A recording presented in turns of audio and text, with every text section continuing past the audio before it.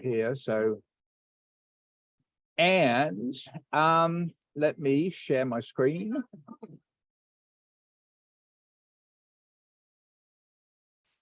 To give me, where am I? There we are. So we start with this one. Okay, so here is our wonderful Canvas site.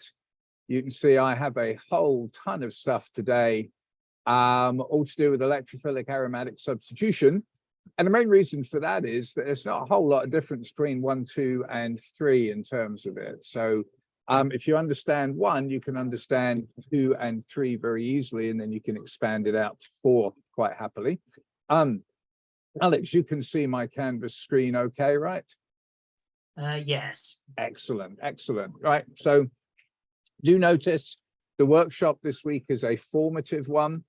And indeed, if we get time, I'm actually going to go through that workshop in class to save a little bit there.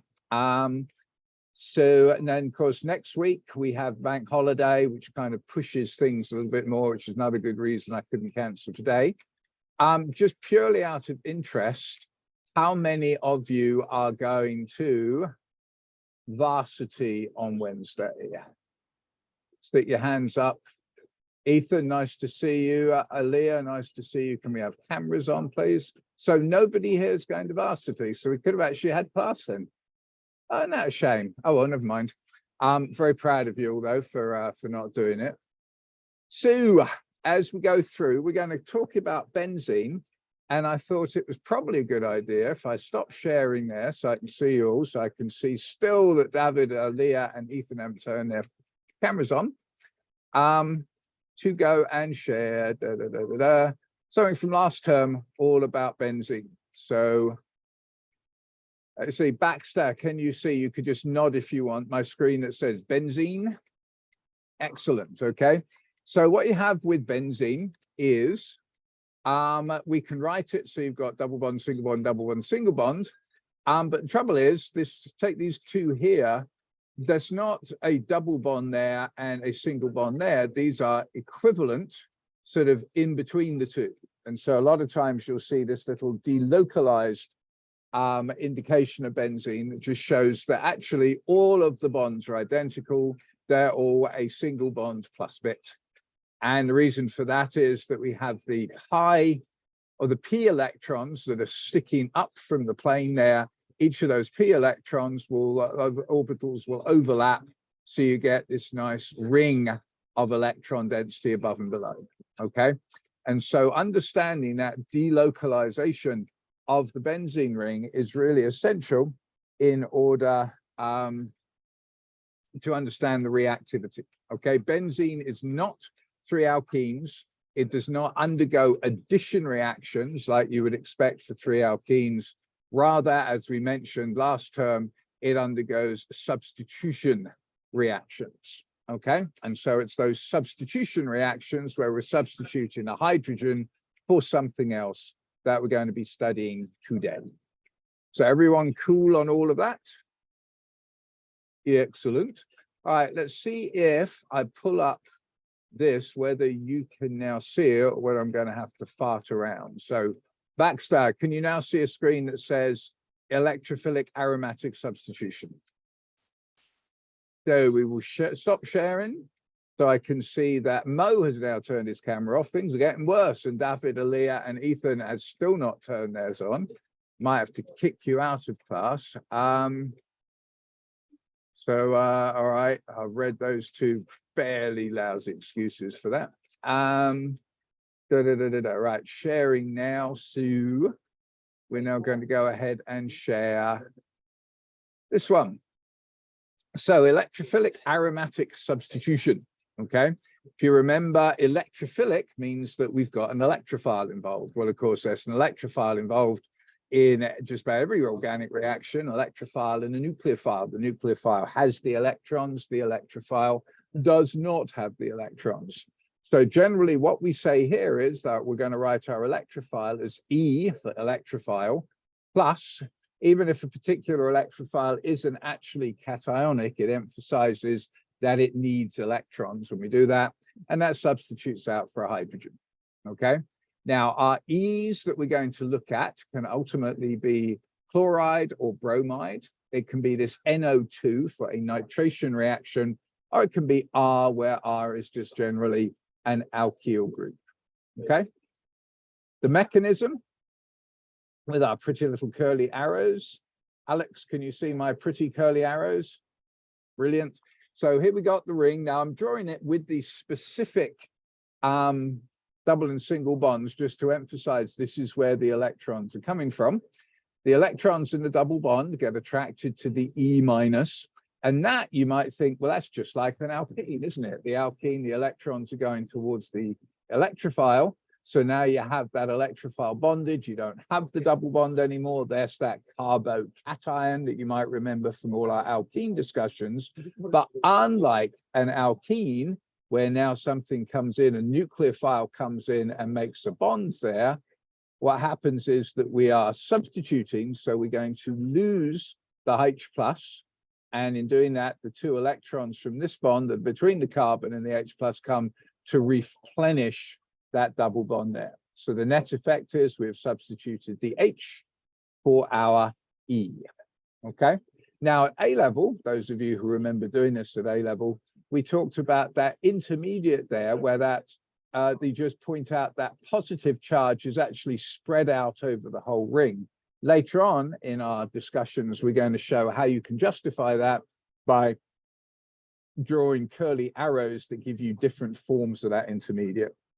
But right now, we're just saying it's a nice happy intermediate because that positive charge isn't just on that carbon, it's shared out over the whole ring.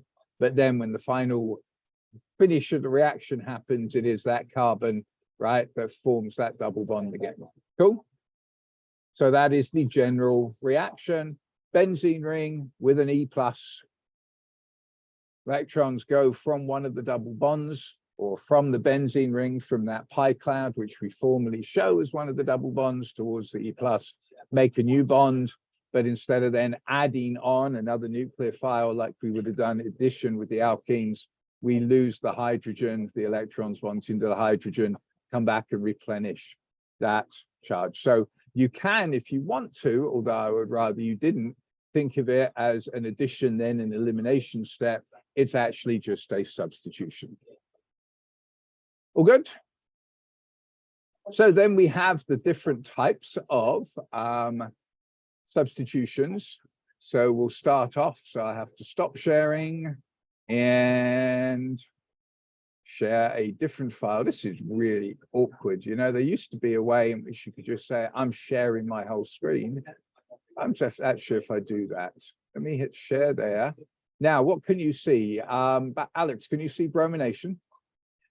Oh, cool. All right, maybe this will work for it. All right, so bromination, one of the classic ones where we're substituting an H with a bromine, or we could substitute the H for a chlorine, where we actually take the halogen. Now, the halogens, you've seen them do reactions in a couple of ways. You've seen all the way back when we talked about alkanes doing a substitution in which we use light to break apart the bromine molecule or the chlorine molecule, make an atom, a free radical, which then comes in and does the reaction. Okay, so in that case, we had to activate the bromine. Now, we also saw where bromine, Br2, will add to an alkene. And there what happens is that when the alkene gets close, the electrons in the alkene make one bromine slightly positive, the other one slightly negative. So the one that's slightly positive is the electrophile. Okay. The way we do it with benzene is that the benzene ring doesn't actually distort the bromines. What we have is we have a catalyst, which we can have FeBr3, you might see it as FeCl3, you might see it as AlBr3, it might be AlCl3, it doesn't really matter. We're going to see those four possible catalysts later on in another reaction too, okay? Essentially, catalyst comes in, right? That ion there is, of course, a cation. It's, it's ultimately a little bit electron deficient. So therefore, we have a bromine, goes up, attracted to it, gives some electrons. You have this funky little situation here, which is actually very misleading the way that it's typically drawn. But the important bit is that the bromine on the end here starts losing some of its electron density because the middle bromine has given some electrons to the iron, which means now it wants to get a few electrons from the bromine there. So we have this slightly positive bromine. Slightly positive is an electrophile. So now when our nucleophile comes up here in terms of the electrons in the benzene ring, it's that activated Br slightly positive that goes on to the benzene ring like there. Okay, so there's the H with the Br, there's the positive charge put on that carbon. Again, if I wanted to, I could stabilize the positive charge around the ring by drawing the silly little Wieland intermediate, but I'm not going to do that. Okay, and then the H goes away. We draw it as HBr. That is, of course, very naughty because you recognize HBr as being a strong acid, i.e. it doesn't really exist as HBr, but we'll just write it as HBr here just for convenience sake. And we leave the bromine on the carbon atom, thus we have substituted the hydrogen by bromine. So the electrophile for bromination is that slightly positive Br. More fun one that the chemistry students actually did in lab is where we take, and because I've got the overlapping animations here, we'll actually go through this. Let me make sure before I start this, Alex, you can see the slide that says nitration, right? So let's show it from current slide. So you've got, ooh, that's the problem here, excuse me. I don't know why we have that there. All right, so with removing that, you have nitric acid and sulfuric acid. Really nasty mixture, right? Two strong acids put together. Well, when you have those, nitric acid and sulfuric acid, we think of those as strong acids. And in theory, certainly in water, all strong acids are the same strength. However, they're not really. And sulfuric acid is a stronger acid than nitric acid. So even though we think nitric acid, super duper strong acid, when it's with sulfuric acid, the sulfuric acid says to the nitric acid, you might be a nitric acid, but I'm stronger than you are going to act as a base. And so therefore, the sulfuric acid donates a proton to the nitric acid to give us this funky little species here. And of course, now, because we're organic chemists, we can express that in terms of curly arrows like that. And now we got this species. Well, anytime you have HOH, you can look at that and you think, well, that's just water. So we'll lose the water and we're left behind with this NO2 plus cation. Okay. And it's this NO2 plus cation that is, of course, the reactive species. Okay. That is the electrophile that likes the electrons. So now we just go back to our standard little mechanism. There's the benzene ring. There's the electrophile. Electrons move from the benzene ring to the electrophile. We make that nice little 4 bonded carbon there with the positive there.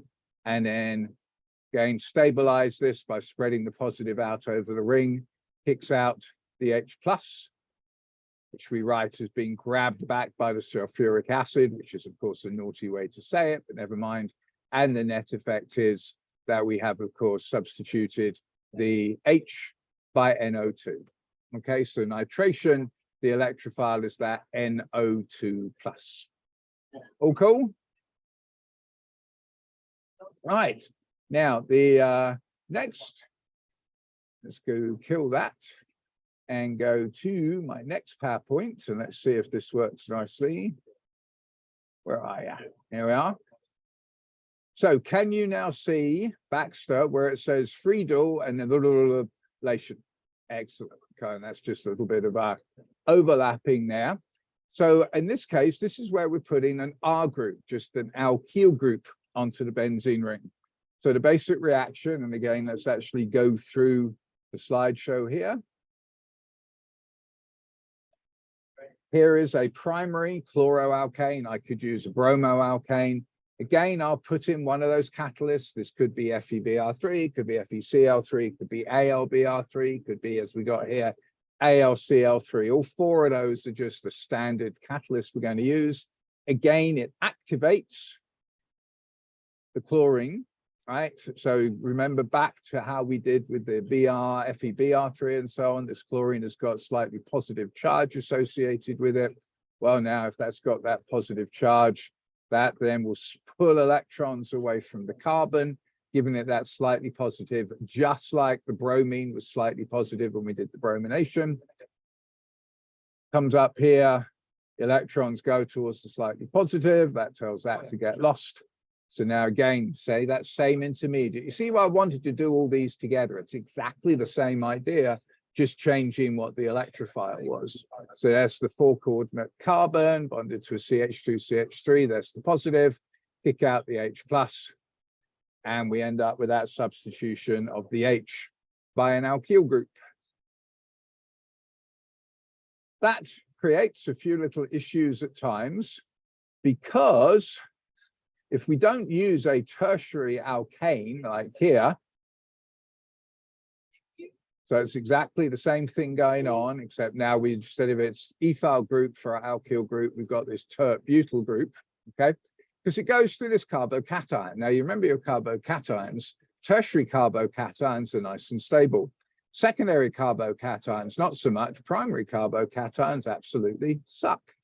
So what that means is that if you have, for example, this group here, propyl, we'd think that goes all the way through. There's the carbon that's going to be slightly positive because of the chlorine there, and it would stick on there just like we've seen the alkyl group or the tert-butyl group. But the trouble is that this would be a slightly positive, close to a carbocation for a primary carbon, right? 2 hydrogens, just 1 other carbon on it. Primary carbocations are horrible. So what can happen is a rearrangement whereby a hydrogen atom goes from this carbon to that one.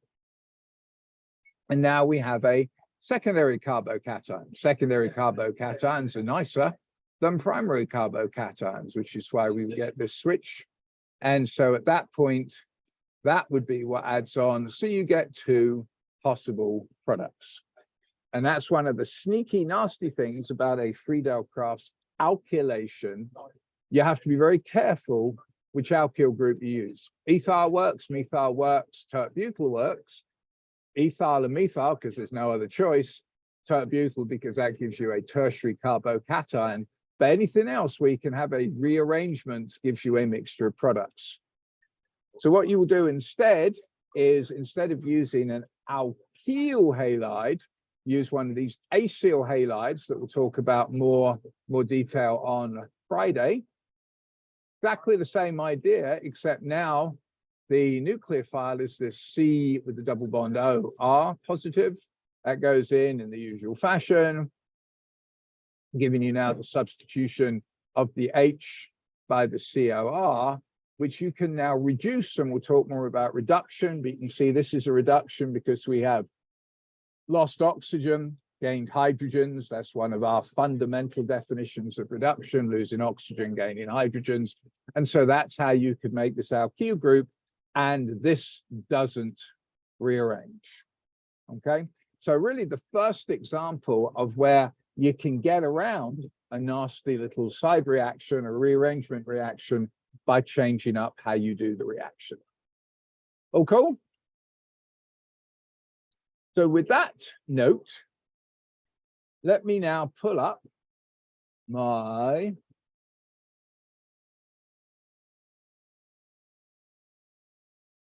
pretty little worksheet. Right now, this worksheet for today, I want you to do some drawing, because one of the ways you can really understand mechanisms is to draw them out.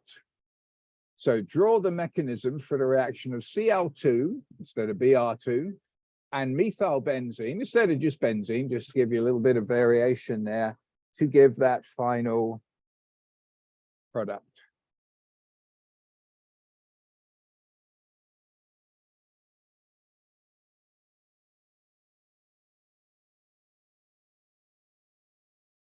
So give it a few, about 30 seconds to go ahead and draw that.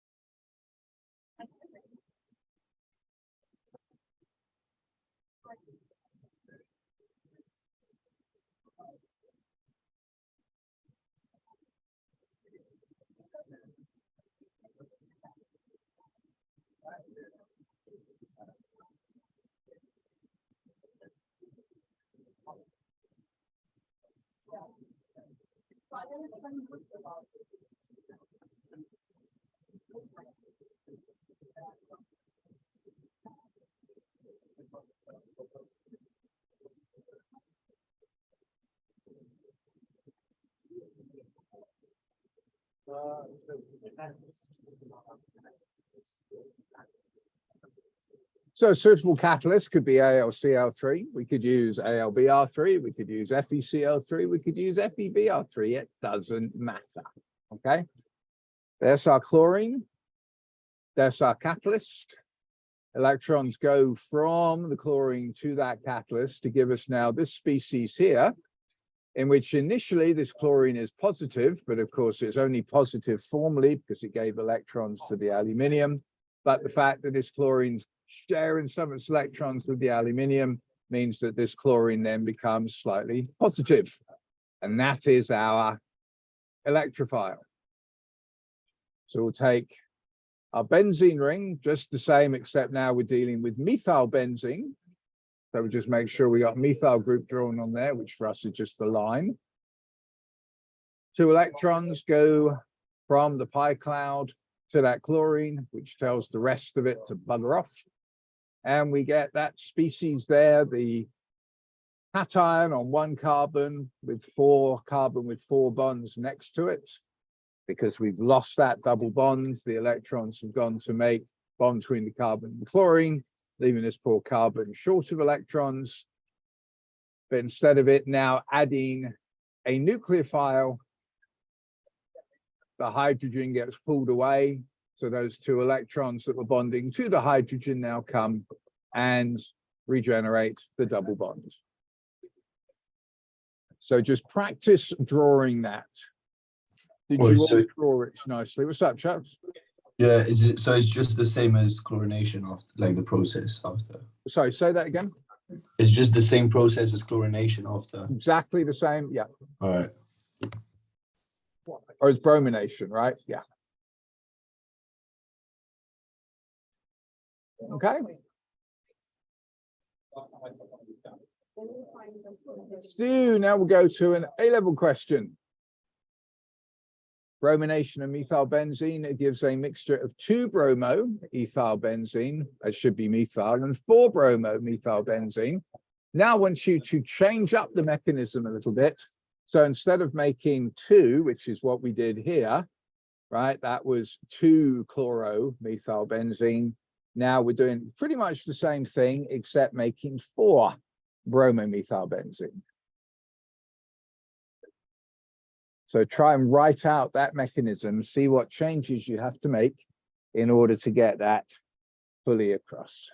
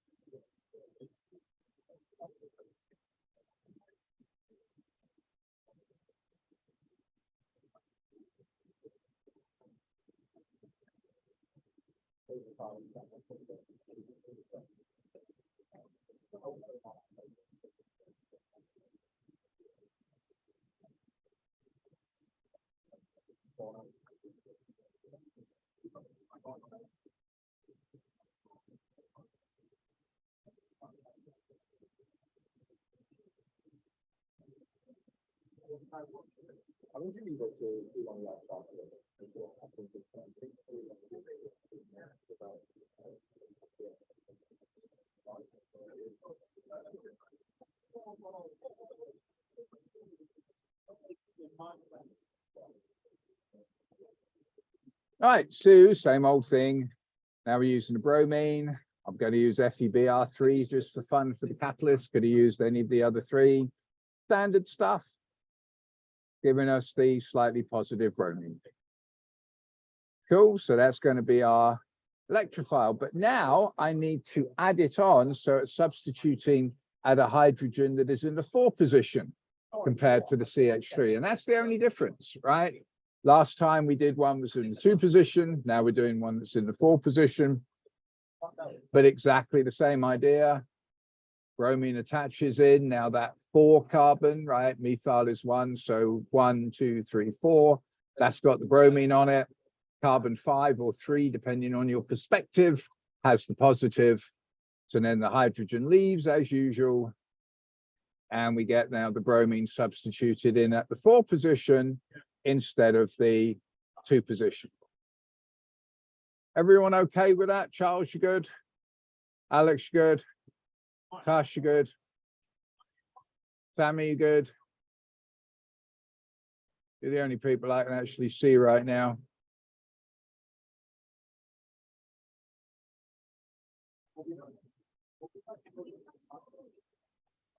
Okay, now, one that we used to learn at A level, but for some reason they took it out this time, don't quite know why, is when you do a sulfonation. So this is where we're adding on SO3H, okay? And so what I want you to do is I want you to practice writing down this mechanism as I describe it to you, okay? So the first thing is sulfuric acid protonates an O of SO3. You have some SO3 in there, okay? So SO3, this actually, excuse me, this should be, let's do that, shall we? Should just be SO3, all right? Fuming sulfuric acid is sulfuric acid, which contains SO3. So you got SO3 in there. Sulfuric acid protonates one of those oxygens, which now activates the sulfur to be electrophilic and produces hydrogen sulfate. So if you can write out a little reaction step with pretty pictures that illustrates that at work.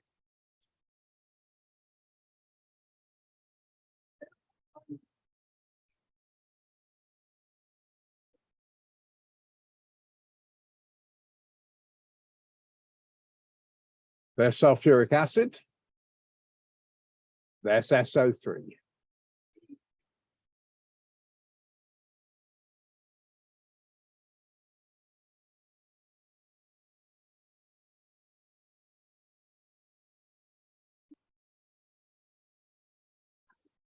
Now, of course, when we say protonate, that means that this hydrogen is going to be as an H plus going over to the SO3.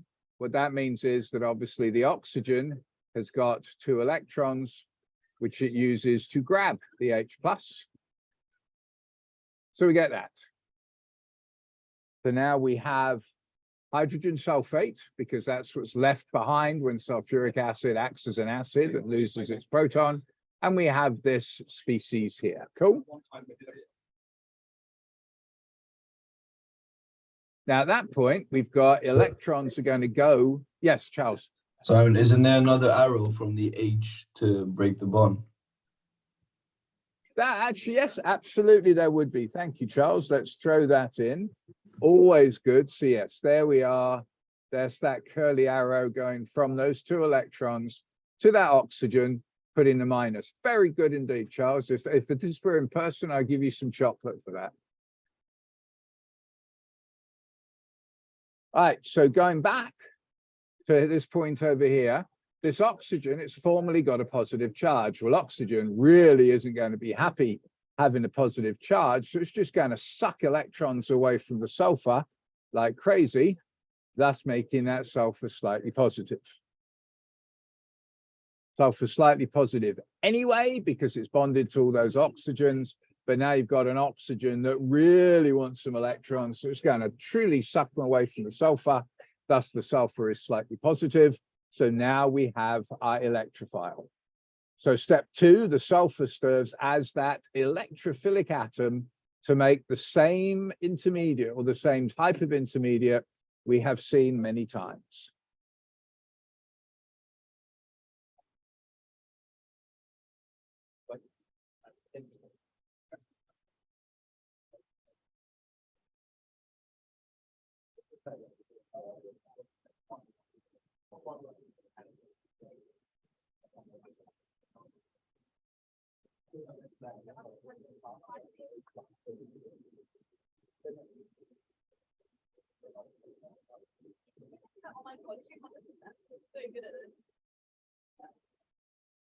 Yeah, once we've done this,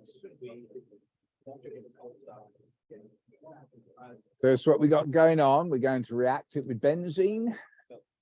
And there's that slightly positive sulfur floating in, the electrophilic sulfur that we saw.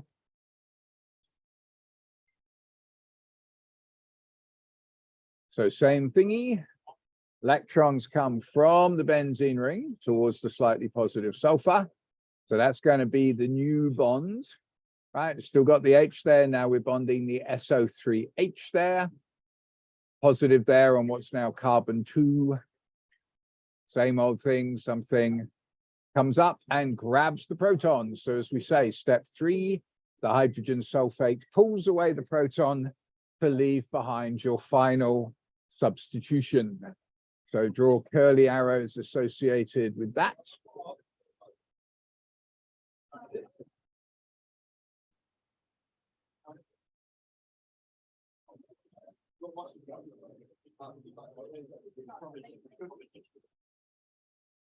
As the hydrogen sulfate comes in, grabs the hydrogen, leaving behind its 2 electrons, which replenish the double bond. And so there we have substituted the H by that SO3H. Don't know why the A-level board took it off. It's just, I mean, there is no difference once you've generated what the electrophile is. And this is, again, a fairly easy electrophile. Now, this is not an experiment I'd like to do in the lab, because fuming H2SO4, that's H2SO4 with SO3 in it, which is otherwise known as oleum, O-L-E-U-M, that is a nasty substance. But are we all okay there? Let's expand to see else I can see. Emily T, are you happy with that? Emily D, are you happy with that? And Baxter, are you happy with that? Excellent. Baxter's so happy. It's lovely. Oh, and Samuel has joined us. Samuel, do you have a camera? All these other people have got excuses as to why they're not on screen. Look at that. See, we get to see him again. It's been 3.5 weeks, mate. You know, we want to see you. All right, are you happy with that, Samuel? Yep. Ethan, are you happy? You can give the little thumbs up with the reactions thing if you can. Thank you. Aaliyah, can you do a thumbs up?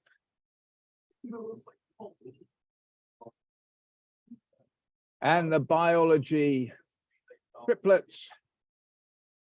Nita, Amanda, Ella, are you guys happy? Excellent stuff. All right, super.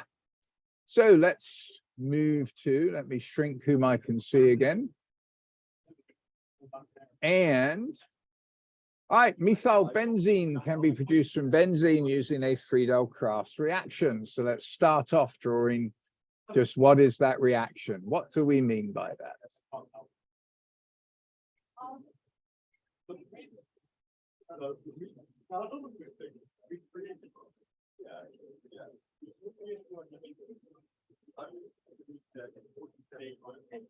And all we got is a benzene. Methyl benzene can be produced from benzene, so we need a methyl group. Best way to get a methyl group is to use methyl chloride. We're going to need one of those catalysts, FeCl3, FeBr3, AlCl3, or AlBr3, there to activate that species. And so we get the CH3 stuck on instead of the H. Now, what's the role of the catalyst? It increases the rate, obviously, that's what catalysts do. But what does this particular catalyst do without CH3Cl? The answer is, of course, it activates it. The chlorine loses electrons, electron density to the FeCl3, so you have formally this positive chlorine.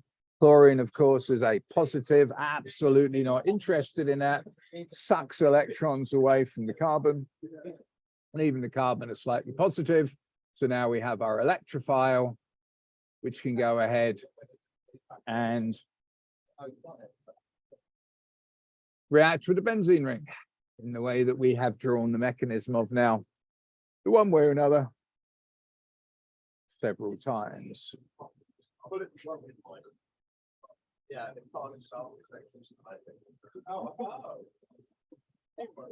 I think that's just repetition there. All right, now details of the mechanism. All right, if I go back actually to the previous one, stage one, we're just doing what we just did, reacting benzene with methyl chloride to make the methyl benzene. But now Charles has decided he's going off camera. Now let's draw that mechanism out, okay, using CH3Cl.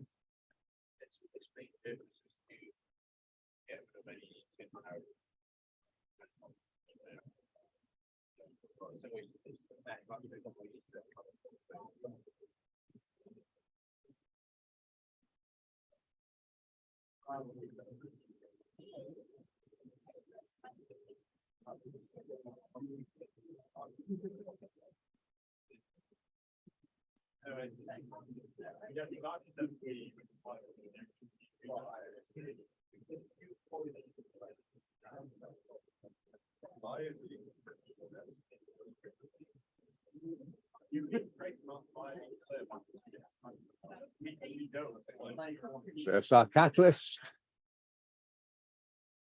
Same thing we've got before.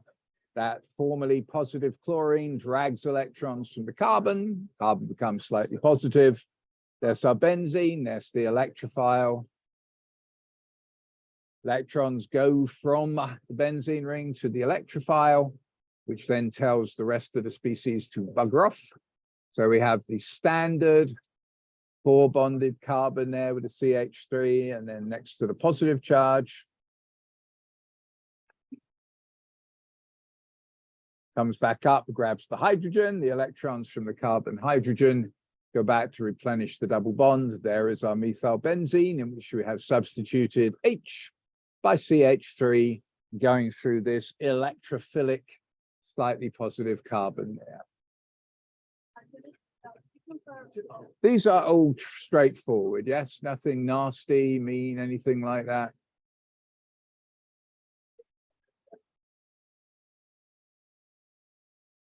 All right, so draw the products of the following ones, and I did that one as we just done it. Benzene plus chloromethane in the presence of FeCl3. We just have the methane right there. So now try this one, benzene plus 1-chlorobutane in the presence of FeCl3. Draw the products out.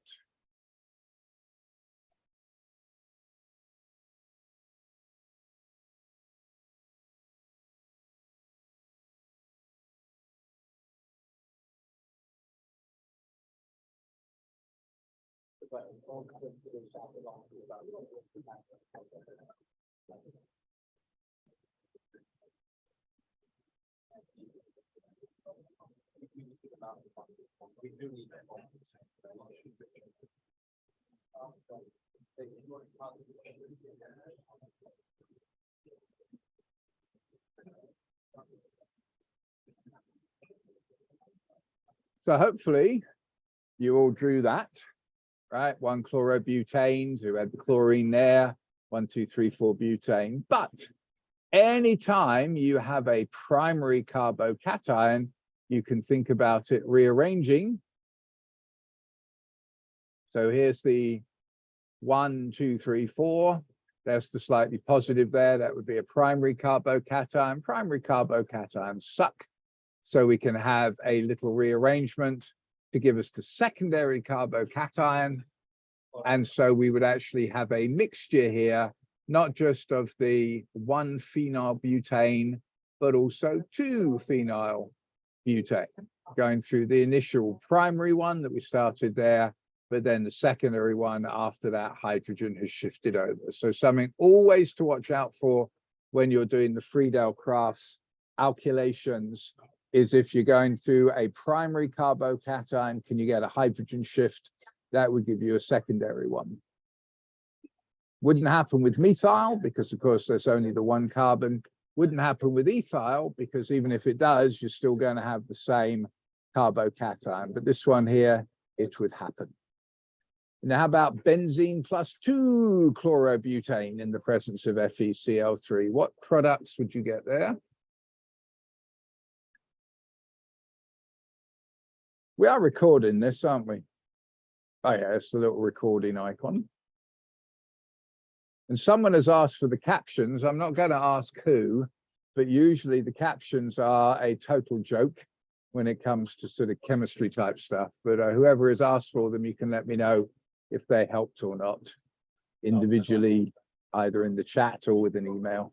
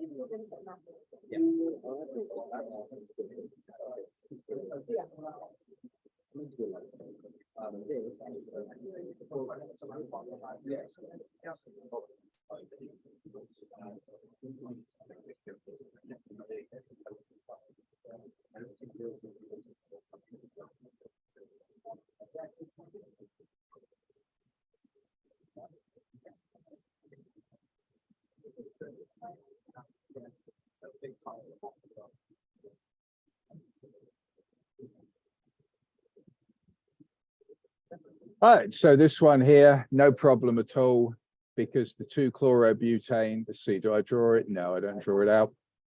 The 2-chlorobutane is 1, 2, 3, 4. There's the 2 there. So you lose that.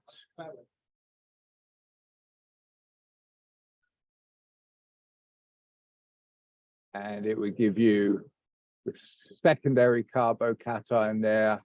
And it's not going to be any choice but that, because even if you lose the hydrogen from this carbon to that one, that's still the same secondary carbocation. All right, everyone good with that stuff? So we've actually covered then, let's see, because I think, oh, hang on, I've got to get rid of my eraser there. Yeah, okay, the next bit, we're moving into phenol, which quite frankly, if I stop sharing there and go back to here, so we've essentially done 1, 2, and 3. We'll do more of 4 tomorrow and 5 tomorrow, and we'll start tomorrow with our discussion of phenols.